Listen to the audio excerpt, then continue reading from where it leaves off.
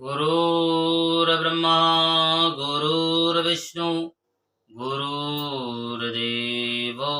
महेश्वर गुरुर्साक्षात् परब्रह्म तस्मै श्री गुरुवे नमः।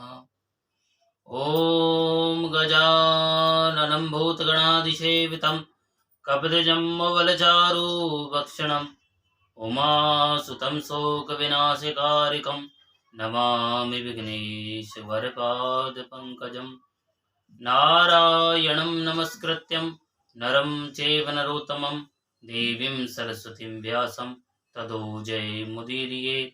आइए हनुमान विराजिए कथा कहूँ वेदनुसार प्रेम सहित गादी धरूं पधारिए पवन कुमार। पवन पुत्र हनुमान की जय। सियावर रामचंद्र भगवान की जय। उमापति महादेव की जय। शिव महापुराण की जय। ओम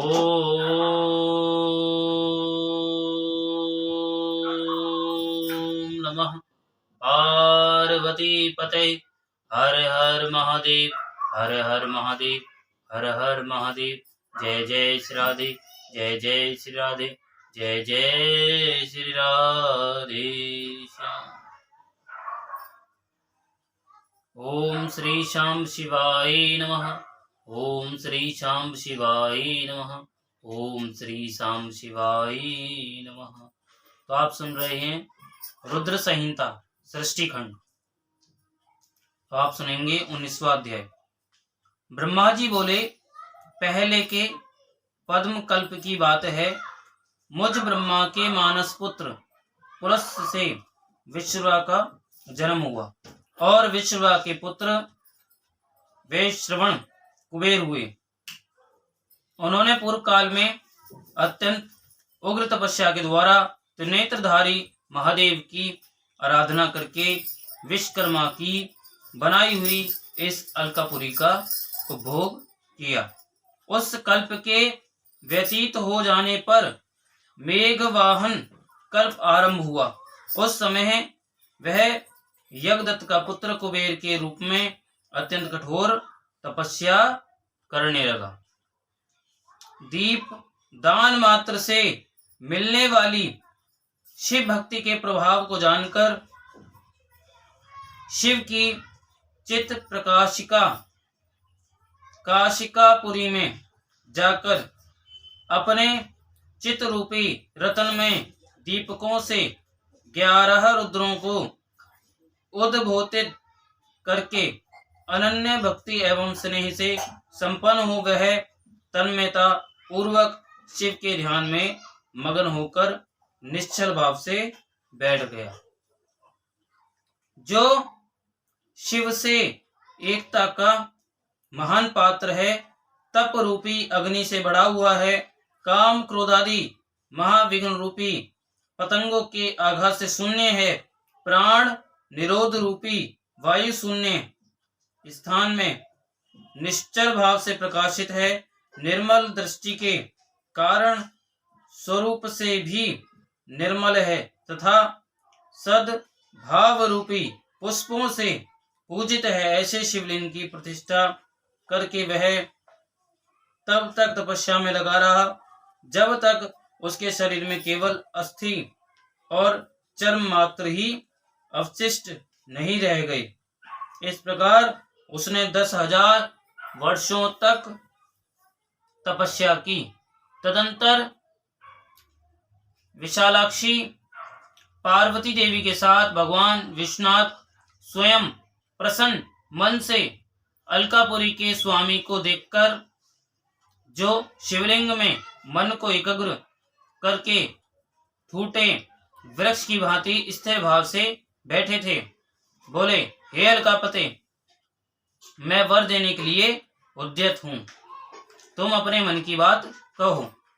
उन तपोनिधि ने जब अपने नेत्रों को खोलकर देखा तो उन्हें उदित हो रहे 1000 किरणों वाले 1000 सूर्यों से भी अधिक तेजस्वी श्री कंठ उमा वल्लभ भगवान चंद्रशेखर अपने सामने दिखाई दिए।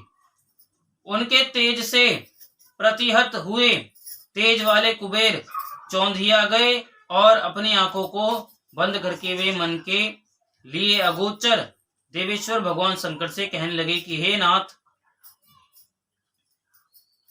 अपने चरणों को देखने के लिए मुझे दृष्टि सामर्थ्य प्रदान करें। हे नाथ, यही वर मांगता हूँ, चाहता हूँ कि मैं आपका साक्षात दर्शन प्राप्त कर सकूं। हे ईश, अन्य वर से क्या लाभ है? हे शशि शेखर, आपको प्रणाम है।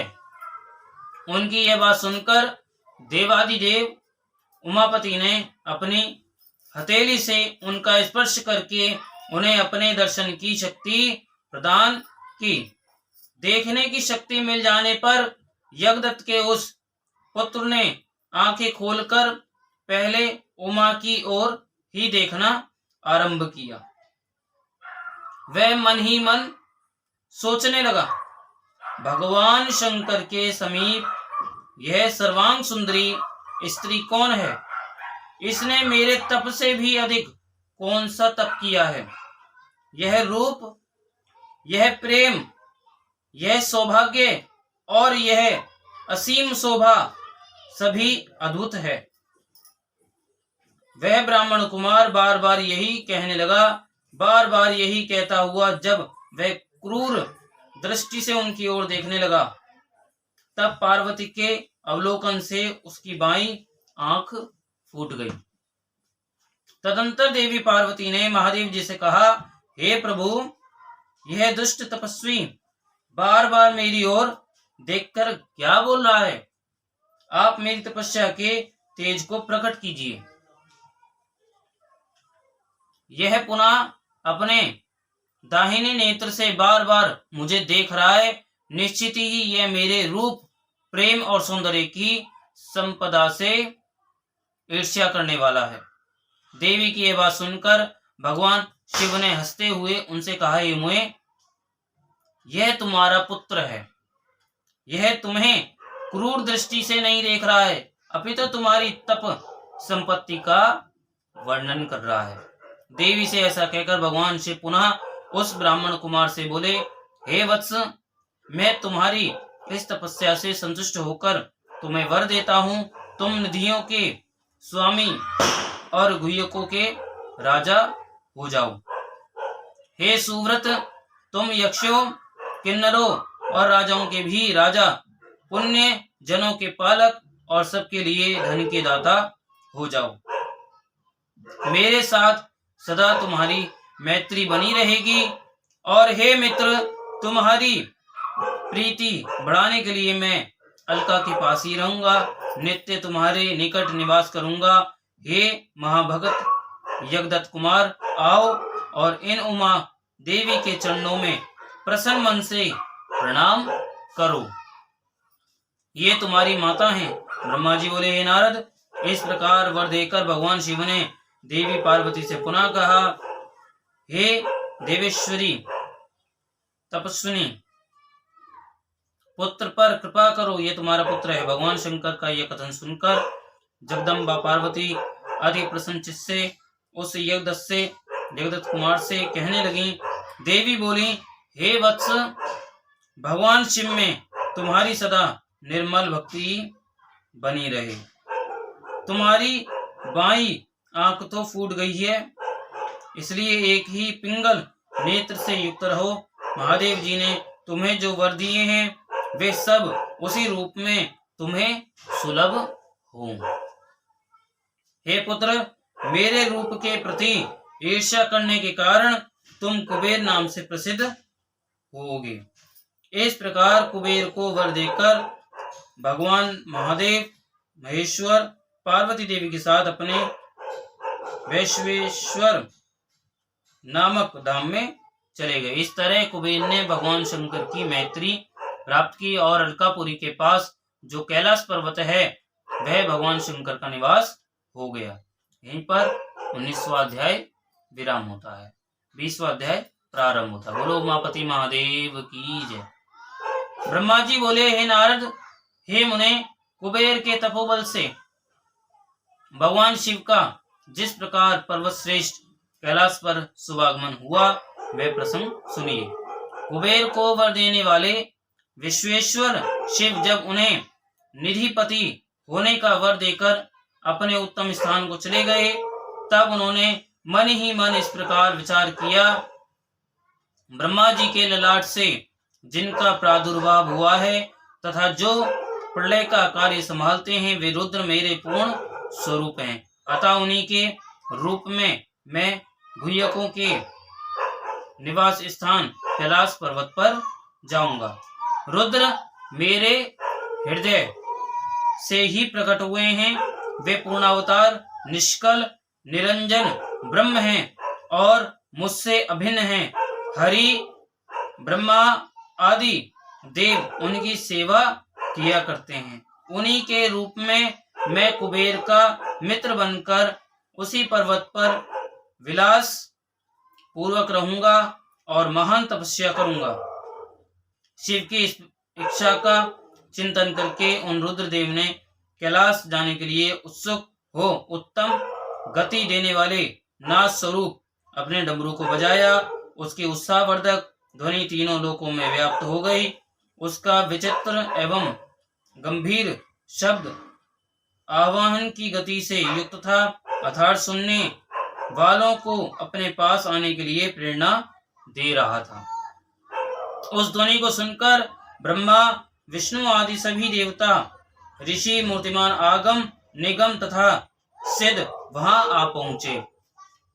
देवता और असुर सब लोग बड़े उत्साह में भर गए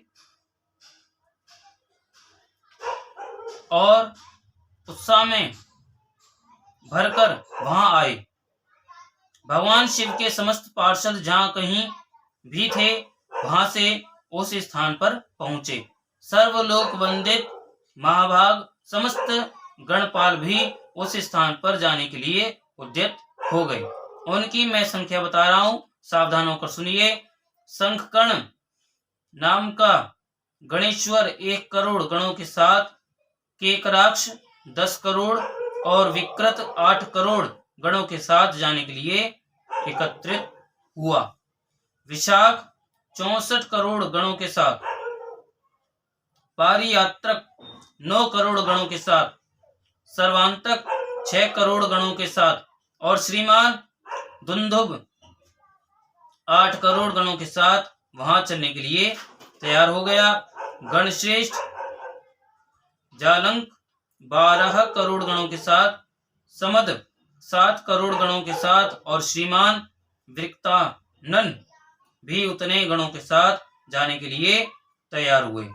कपाली 5 करोड़ गणों के साथ, मंगलकारी संदार अपने 6 करोड़ गणों के साथ और कुंडक तथा कुंडक नाम के गणेश्वर भी 1-1 करोड़ गणों के साथ गए। विष्टभ और चंद्रतापन नामक गणाध्यक्ष भी अपने अपने 8-8 करोड़ गणों के साथ कैलाश चलने के लिए वहां पर आ गए। 1000 करोड़ गणों से घिरा हुआ महाकेश नामक गणपति भी वहां पहुंचा। कुंडी 12 करोड़ गणों के साथ और वह श्रीमान पर्वतक कालक एवं महाकाल नाम के गणेश्वर 100 करोड़ गणों के साथ वहां पहुंचे। अग्निक 100 करोड़, अभिमुख 1 करोड़, आदित्य मूर्धा तथा धनावह भी 1-1 करोड़ गणों के साथ वहां आए। सन्नाह तथा कुमुद 100 करोड़ गणों के साथ और अमोघ कोकिल एवं सुमंत्रक 1-1 करोड़ गणों के साथ आ गए।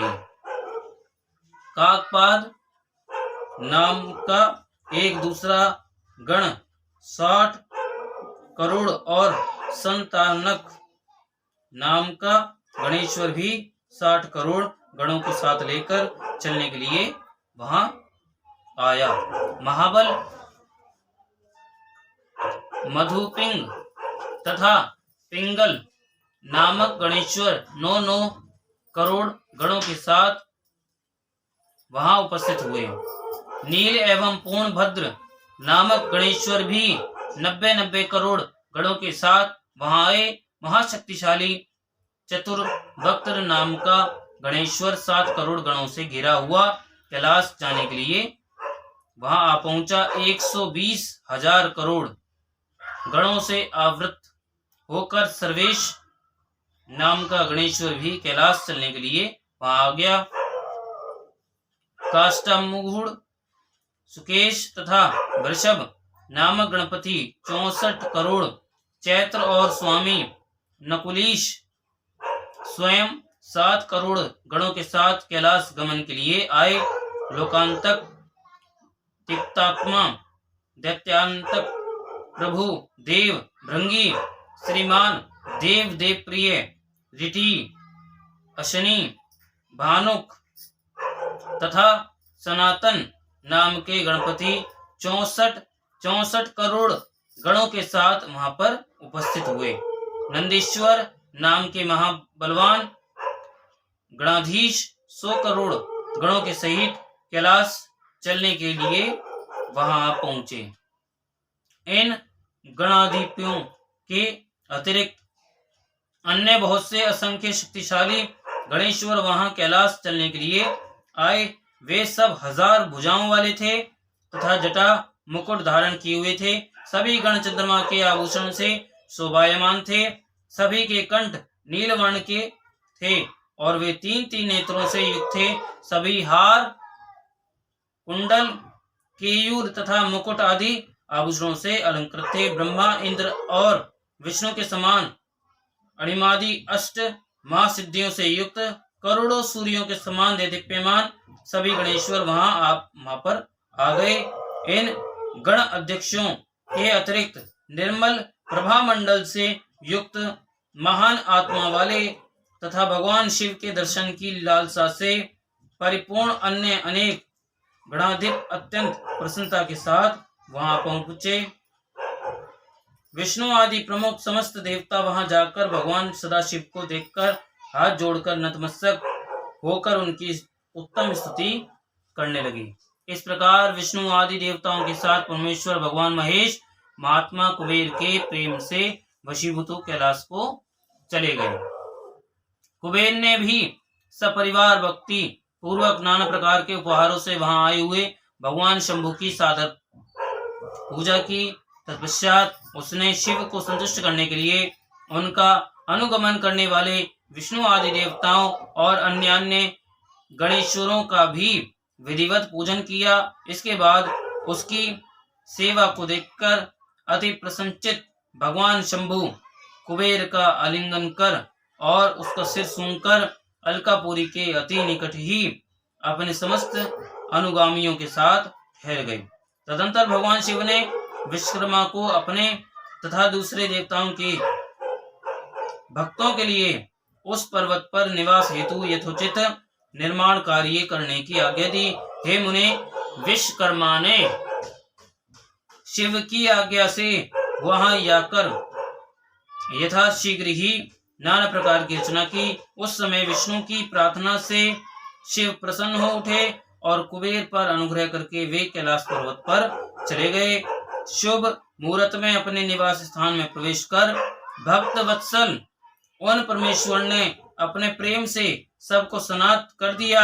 सभी प्रमुदित विष्णु आदि देवता, मुनिगण और अन्य सिद्ध जनों ने मिलकर प्रेम पूर्वक सदा शिव का अभिषेक किया।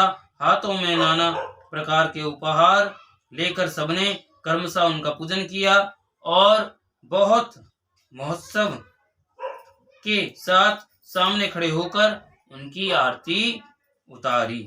हे मुने, उस समय आकाश से मंगल सूचक पुष्प वृष्टि होने लगी और अत्यंत प्रसन्न होकर गान करती हुई अप्सराएं नाचने लगी। सब और जय जयकार और नमस्कार के सुसंस्कृत शब्द गूंजने लगे। उस समय चारों ओर एक महान उत्साह व्याप्त था जो सबके सुख को बढ़ा रहा था। उस समय सिंहासन पर बैठकर भगवान सदाशिव अत्यंत सुशोभित हो रहे थे और विष्णु आदि सभी लोग बार बार उनकी यथोचित सेवा कर रहे थे। सभी देवताओं ने पृथक पृथक रूप में अर्थभरी वाणी और अभिष्ट वस्तुओं से लोक मंगलकारी भगवान शंकर का स्तवन वंदन किया। प्रसन्नचित्त सर्वेश्वर स्वामी सदाशिव ने उनकी स्तुति को सुनकर प्रेम पूर्वक उन्हें मनोवांछित वर दिए। हे मुने, अभिष्ट कामनाओं से परिपूर्ण प्रसन्नचित्त वे सभी देव मुनि और सिद्धजन भगवान शंकर की आज्ञा से अपने अपने धाम को चले गए। मैं भी विष्णु के साथ प्रसन्नता पूर्वक चलने के लिए उद्यत हुआ। तब श्री विष्णु और मुझको आसन पर बैठाकर परमेश्वर शंभु बड़े प्रेम से बहुत समझाकर अनुग्रह करके कहने लगे। भगवान शिव बोले, हे हरे, हे विधे, हे तात, सदैव तीनों लोकों का सर्जन और संरक्षण करने वाले हे सुश्रेष्ठ, आप दोनों मुझे अत्यंत प्रिय हैं। अब आप दोनों भी निर्भय होकर मेरी आज्ञा से अपने अपने स्थान को जाएं। मैं सदा आप दोनों को सुख प्रदान करने वाला हूँ और विशेष रूप से आप दोनों के सुख दुख को देखता ही रहता हूँ। हे तात, सदैव तीनों लोकों का सर्जन और संरक्षण करने वाले हे सुश्रेष्ठ, आप दोनों मुझे अत्यंत प्रिय हैं। अब आप दोनों भी निर्भय होकर मेरी आज्ञा से अपने अपने स्थान को जाएं। मैं सदा आप दोनों को सुख प्रदान करने वाला हूँ और विशेष रूप से आप दोनों के सुख दुख को देखता ही रहता हूँ। भगवान सदाशिव के वचन को सुनकर मैं और विष्णु दोनों प्रेम पूर्वक प्रणाम करके प्रसन्नचित होकर उनकी आज्ञा से अपने अपने धाम को लौट आए। उसी समय प्रसन्नचित भगवान शंकर निधिपति कुबेर का भी हाथ पकड़कर उन्हें अपने पास बैठाकर ये सुवाक्य कहने लगे। हे मित्र, तुम्हारे प्रेम के वशीभूत होकर मैं तुम्हारा मित्र बन गया हूँ। हे पुण्यात्मन, भय रहित होकर तुम अपने स्थान को जाओ, मैं सदा तुम्हारा सहायक हूँ। भगवान शंभु के इस वचन को सुनकर प्रसन्नचित्त कुबेर उनकी आज्ञा से प्रसन्नता पूर्वक अपने धाम को चले गए। योग परायण, सब प्रकार से स्वच्छंद तथा सदा ध्यान मगन रहने वाले भगवान शिव अपने गणों के साथ उस पर्वत श्रेष्ठ कैलाश पर्वत पर निवास करने लगे। कभी वे अपने ही आत्मस्वरूप ब्रह्म का चिंतन करते थे, कभी योग में तल्लीन रहते थे, कभी स्वच्छंद मन से प्रेम पूर्वक अपने गणों को इतिहास सुनाते थे और कभी विहार करने में चतुर भगवान महेश्वर अपने गणों के साथ कैलाश पर्वत की टेढ़ी मेढ़ी ऊबड़ खाबड़ गुफाओं तथा कंदराओं में और अनेक सुरम्य स्थानों पर प्रसन्नचित होकर विचरण करते थे। इस प्रकार रुद्र स्वरूप परमेश्वर भगवान शंकर, जो नाना प्रकार के योगियों में भी सर्वश्रेष्ठ हैं, उन्होंने अपने उस पर्वत पर अनेक लीलाएं की। इस प्रकार बिना पत्नी के रहते हुए परमेश्वर सदाशिव ने अपना कुछ समय व्यतीत करके बाद में दक्ष पत्नी से उत्पन्न सती को पत्नी के रूप में प्राप्त किया।